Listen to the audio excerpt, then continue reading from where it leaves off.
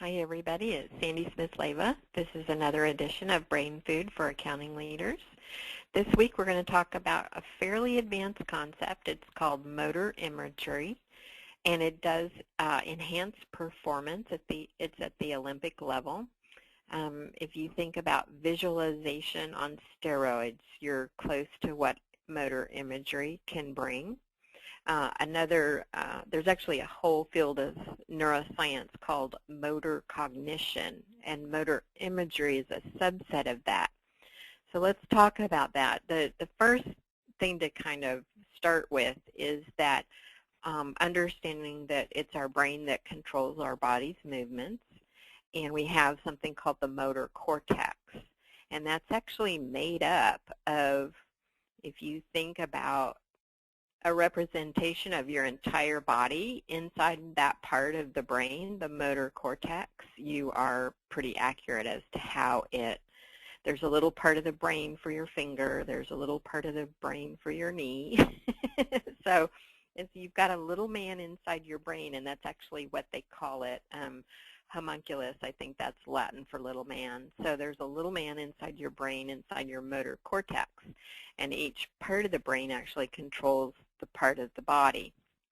Okay, and also, just even though we don't think about it, and it's a very subconscious thing that we do to move, we don't think about actually extending out our leg each time we take a step. They are planned actions that our brain just executes automatically. If you ever watch a 1 or a 2-year-old, then you'll see that they're less planned and they're more, the brain is learning how to move the body around at that point. All right, and so what's interesting is we have something called the premotor cortex, and the premotor cortex actually thinks about the movement before it occurs. This is where we can get some phenomenal performance enhancement. And we don't have to know all the detail about the anatomy or anything. I'm trying to keep this simple here. But the premotor cortex is important in this whole motor imagery that I'm talking about. So what you can do, what you're capable of, is you can actually think about moving without moving. So you're visualizing it, but it's like visualizing on steroids. So you can actually sit in your chair and think about exercising, or you can sit in your chair and think about practicing the piano, or you can sit in your chair without moving and think about all the choreography that you have in a dance or a stage event, a play, or a speech that you're giving. So what motor imagery is effective for is motor learning. So that's why the Olympic athletes use it hugely. You might have heard of an Olympic athlete visualizing their entire race.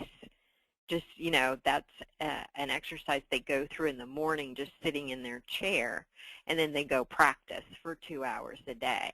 But this visualization actually enhances the practice without the wear and tear on the muscles. So what you're effectively doing is you're mentally practicing a motor skill. All right, so how does this come into business? Well, if you have any kind of human performance event, like a sales call or a speech, then you can run through it and enhance your learning curve without actually doing it. Some of you might want to benefit from this personally. You'll be shocked to hear that some of the studies show that you can actually sit in your chair and think about exercising, and you will actually improve your muscle tone and lose weight.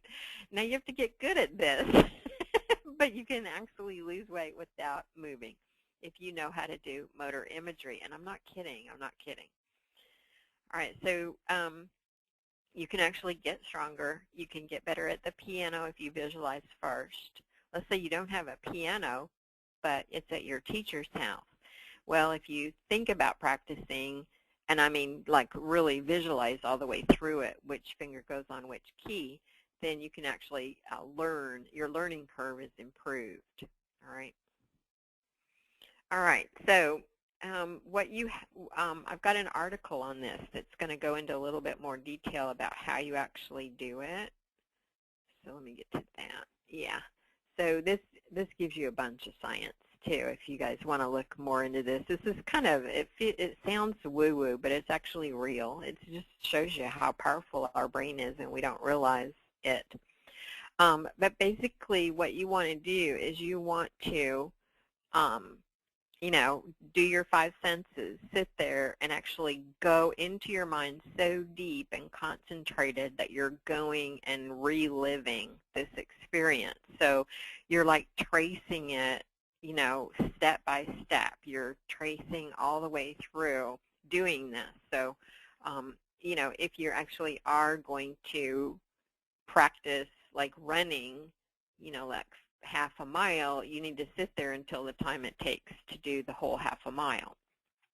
All right, so it could work if you're injured too. So there's some times when this could work really well. Now, to even take motor imagery to a higher level, what you can do is you can wear your actual exercise clothes versus not wearing them. That actually improves the muscle tone and the performance and the result. You can handle the equipment. Let's say that you are practicing your tennis. You can actually have the racket in your hand without moving. And then the more experienced you get, the better you will get at this. Being really good and deep at your five senses and then just moving yourself. Those of you who read fiction and you actually stop and experience the scene that the author writes for you are going to be good at this, if that makes sense.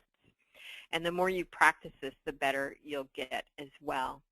And we just talked about biofeedback a couple of weeks ago, which is another kind of woo-woo thing.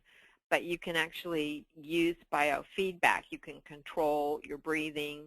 You can control your body temperature. And you can integrate that into motor imagery for an enhanced result. I know it sounds kind of weird, but there are times when you actually can't practice, or maybe it's expensive or time-consuming. So this is definitely something that you want to do. You don't want to do it while you're driving or doing any other task. So you really can't do this well if you're multitasking. You have to sit there and actually do it. All right, give that a try. And the first step in implementing is ask yourself, what skill do you want to improve that requires a performance aspect of it? And try motor imagery out and see if it works for you. All right, thanks everybody. We'll see you next week.